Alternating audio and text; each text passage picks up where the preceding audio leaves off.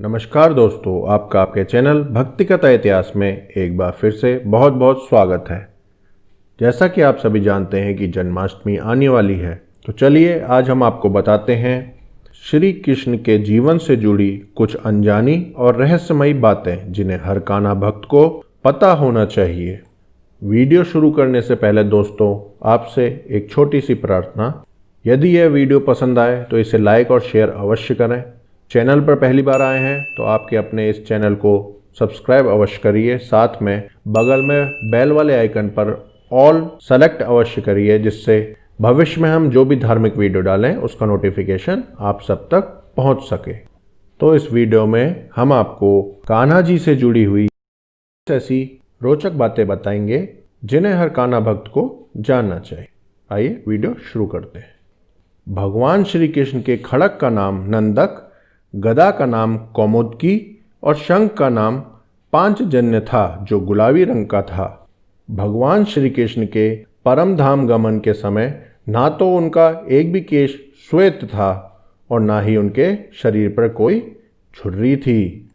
भगवान श्री कृष्ण के धनुष का नाम सारंग व मुख्य आयुध चक्र का नाम सुदर्शन था। वह लौकिक, दिव्यास्त्र, देवास्त्र तीनों रूप में कार्य कर सकता था। उसकी बराबरी के विध्वंसक केवल दो अस्त्र और थे, पाशुपतास्त्र जो कि शिवजी, कृष्ण जी और अर्जुन के पास थे, और प्रसवपास्त्र जो कि भगवान शिव, वसुगण, भीष्म पितामह और कृष्ण जी के पास थे। भगवान श्री कृष्ण की परदादी मारीशा व सौतेली माँ रोहिणी जो कि बलराम जी की माँ थीं, नाग जनजाति की थीं। भगवान श्री कृष्ण से जेल में बदली गई यशोदा पुत्री का नाम एकानंशा था, जो आज विंध्यवासिनी देवी के नाम से पूजी जाती हैं।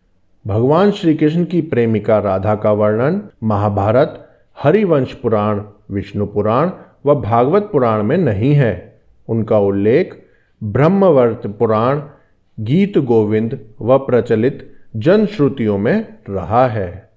जैन परंपरा के मुताबिक भगवान श्री कृष्ण के चचेरे भाई तीर्थकर नेमिनाथ थे, जो हिंदू परंपरा में घोर अंगिरस के नाम से प्रसिद्ध हैं। भगवान श्री कृष्ण अंतिम वर्षों को छोड़कर कभी भी द्वारिका में 6 महीने से अधिक नहीं रहे। भगवान श्री कृष्ण ने अपनी औपचारिक शिक्षा उज्जैन के संदीपनी आश्रम में मात्र कुछ महीनों में ही पूरी कर ली थी। ऐसा माना जाता है कि घोर अंगिरस अर्थात नेमिनाथ के यहाँ रहकर भी उन्होंने साधना की थी। प्रचलित अनुश्रुतियों के अनुसार भगवान श्री कृष्ण ने मार्शल आर्ट का विकास ब्रज क्षेत्र के वनों में किया था। डांडिया रास का आरंभ भी उन्हीं ने किया था। कलारी पट्टू का प्रथम आचार्य कृष्ण को ही माना जाता है। इसी कारण नारायणी सेना भारत की सबसे भयंकर प्रहारक सेना बन गई थी।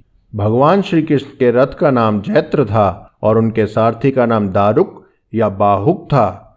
उनके घोड़ों का नाम शैव, सुग्रीव, मेघ पुष्प और बालहक था। भगवान श्री कृष्ण की त्वचा का रंग मेघ श्यामल था और उनके शरीर से एक मादक सुगंध निकलती थी।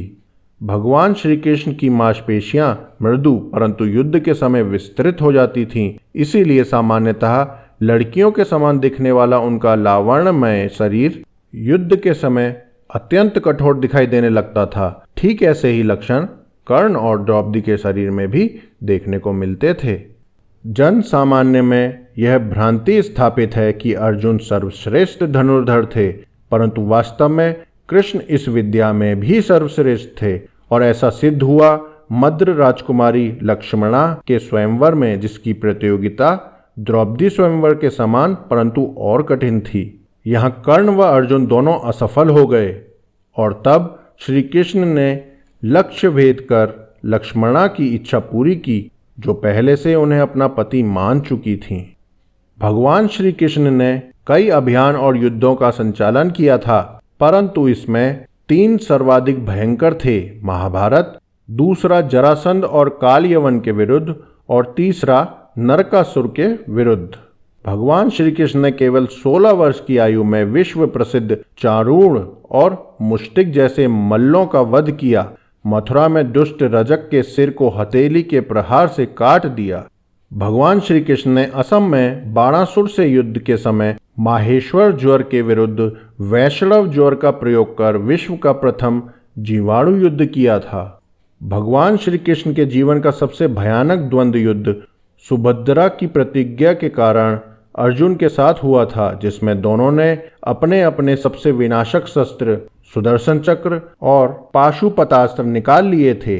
बाद में देवताओं के हस्तक्षेप से दोनों शांत हुए। भगवान श्री कृष्ण ने 2 नगरों की स्थापना की थी, द्वारिका जिसे पूर्व में कुशावती और पांडव पुत्रों के द्वारा इंद्रप्रस्थ जिसे पूर्व में खांडवप्रस्थ कहते थे।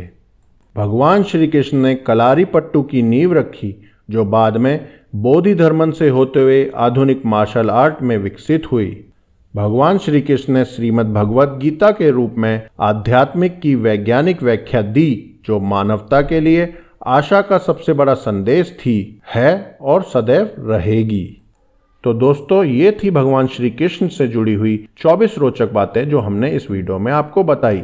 आशा है आपको हमारा प्रयास पसंद आया होगा। यदि यह वीडियो पसंद आया है तो इसे ज़्यादा से ज़्यादा लाइक और शेयर कीजिए। चैनल पर पहली बार आए हैं तो इसे सब्सक्राइब करना ना भूलें। सब्सक्राइब के साथ बगल में बेल वाले आइकन पर ऑल को सेलेक्ट करिए, जिससे भविष्य में हम जो भी धार्मिक वीडियो डालें उसका नोटिफिकेशन आप सब तक पहुंच सके। राधे कृष्णा।